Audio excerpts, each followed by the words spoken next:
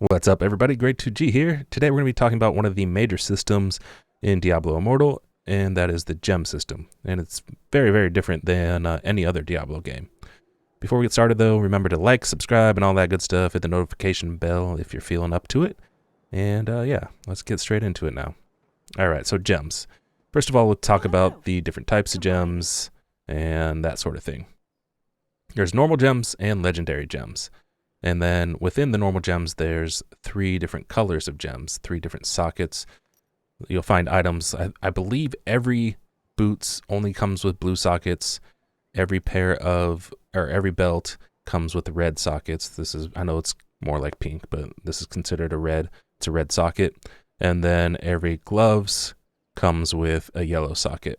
And then your amulet and your rings can have all 3 different colors.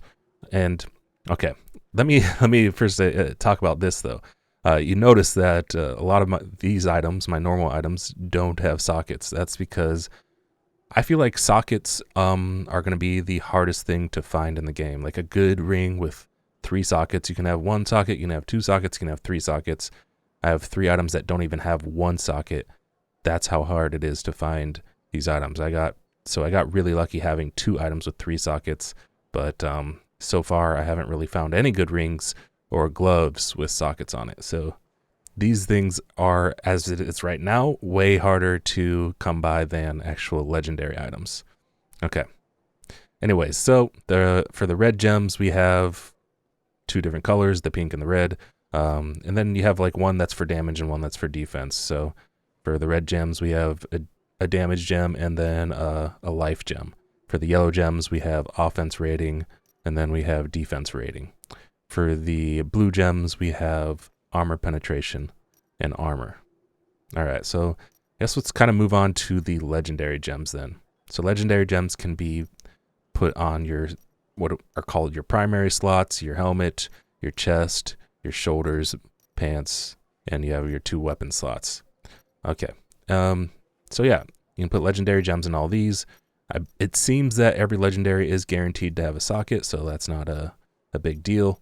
And there's lots of different types or different legendary gems.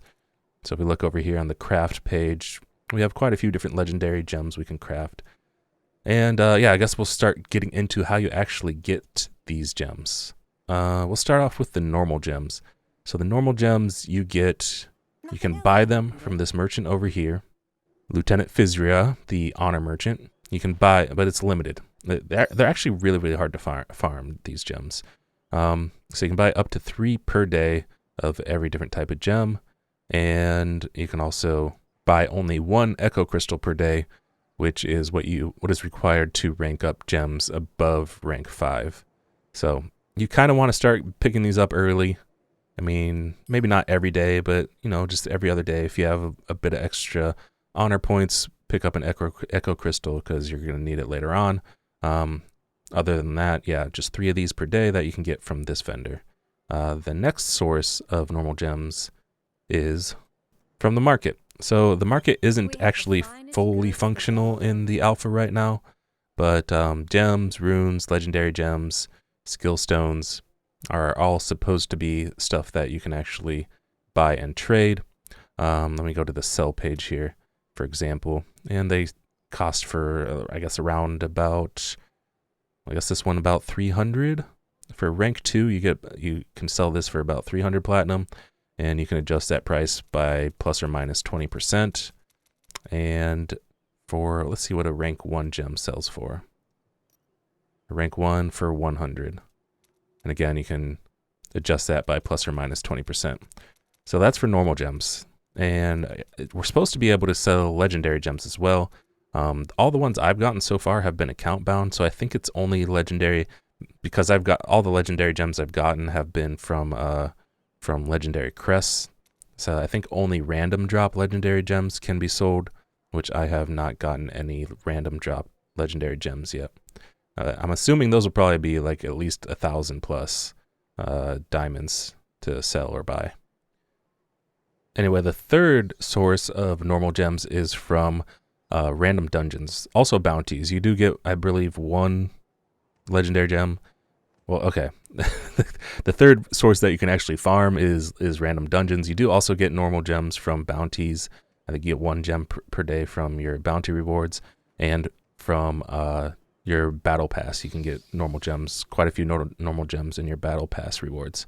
But other than that, the only way to actually farm normal gems is to actually do random dungeons you find in the open world. So not the dungeons that you encounter during the story, like Mad King's Breach, Forgotten Tower, Tomb of Fahir, etc., but random dungeons you'll find in the open world. They're all over the map. Not all over. They're actually really hard to find. But once you go into a random dungeon, you get some quests, and as the quest rewards, you do have a very good chance to get a normal gem from those. All right, now legendary gems. So the number one source for legendary gems, and this is, at least as it is right now in the technical alpha, kind of pay to win. So the number one source for legendary gems is legendary crests, which you can buy. It seems like an infinite amount. Maybe this is just for alpha testing, but you can buy them from this merchant right here for eternal orbs, which are premium currency. You can only get eternal orbs by paying real money. You can also buy a legendary crest with platinum, which you can earn in game, but is very, very hard to earn. So 3,000 platinum, that'll take you about a week to get 3,000 platinum. So once a week, you get a legendary crest for free to play right now. So I really hope that they change this in the future. But yeah, right now the number one source is legendary crests, because when you use these in an Elder Rift, you do get a guaranteed legendary gem and some runes. Okay.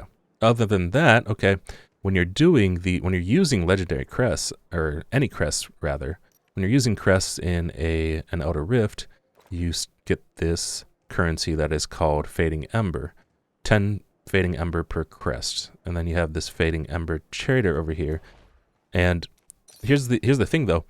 Even if you yourself didn't use a crest, say you join a group with somebody who's using crests, you will still get Fading Ember at the end of the rift. So I guess that's kind of the one bright side of the things, is that if you're with a whale and they're using crests, you can get some fading ember from them. But still, I don't really like the system as it is right now. Anyways, you get Fading Ember, which you can use to spend on runes, and you can also use to spend on actual just legendary gems. So you could save up 20,000 of Fading Ember, 2,000, and buy some gems that way. Or you could use your Fading Ember to buy runes, which you can use to craft legendary gems. So let's go back to the jeweler and check out the crafting system. All right, so here we can see all the legendary gems and what is required to craft them and stuff like that. So yeah, some do require a lot more runes than others. The runes, by the way, we can get those by doing rifts, either Elder Rifts or Challenge Rifts. You get those by doing the Elder Rifts or Challenge Rifts. I believe you have to use crests to get runes from Elder Rifts. I could be wrong about that. But yeah, Challenge Rifts, you get tons and tons of these things from.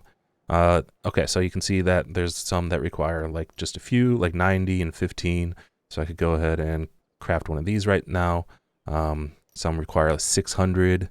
Okay, let's look at the different types of runes, by the way. So there's the Ati runes, which is the basic rune that you get from basically every rift that you use a crest on, and every challenge rift you get some Ati runes.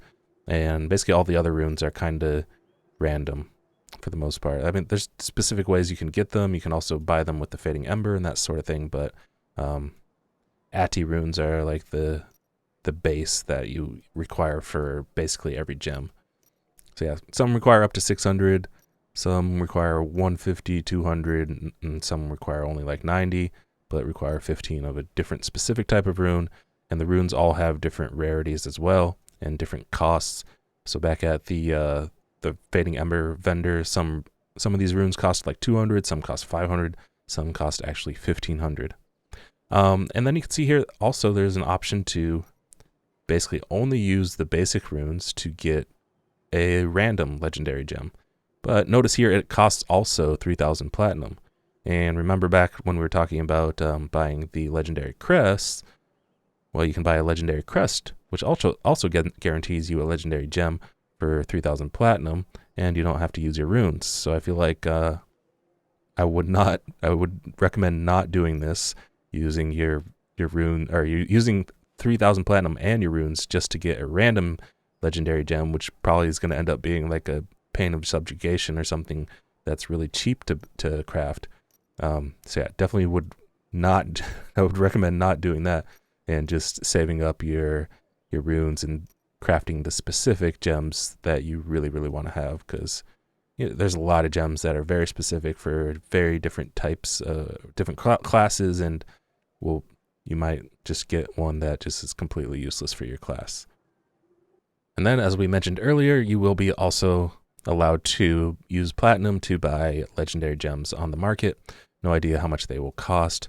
And holy wow, just looking at this, there's definitely a lot more gems here than are on the crafting list. So I guess maybe some gems are only able to be dropped and sold. Yeah, I'm not sure. That's a lot more gems here. a lot more legendary gems here. But yeah, anyway, yeah, I'm hoping there'll be like at least less than 3,000, but yeah, no idea how much these are going to cost. But I'm not sure anyone would actually. I mean, I guess if you knew for sure that you would never use this legendary gem for your specific class, I guess you would sell it. But yeah, that's also an option if you want to save up some platinum and try to snag one on the market. And that's basically it for gems. Overall, I like the gem system. I think it's really cool. I like how rare it is to actually get some of these items with sockets. As far as like obtaining the gems, especially the legendary gems, I feel like they need to make that easier for free-to-play players. And I really just hope that the pay-to-win aspect that you can get basically infinite legendary crests. I hope that's just an alpha thing, just for testing. Yeah, because you just cannot allow people to have infinite legendary gems. These things are so powerful, and when you rank them up, I think they go up to rank 20 as well. I'm not sure. When you rank them up, you get more. They just get more and more powerful. They boost your stats at the same time. You see here, like for example, this one, 40% of socketed items base attribute. So what that means is, so if I go look at my crossbow here, so I have attribute 79 fortitude. So that gets boosted by 40%. So you're not only getting the effect here with like the chain lightning, but you're also getting a boost to the stat. So even if you do find a legendary gem early on that isn't really good for your class, you should still probably equip it. I mean, you can try to sell it for platinum really early on if you want to, but if you have one that you think won't really sell and you have like a really good item and you just want to boost your stats a bit, I mean, go ahead and equip that legendary gem that you think won't really actually help you very much, but at least it'll boost your stats or something.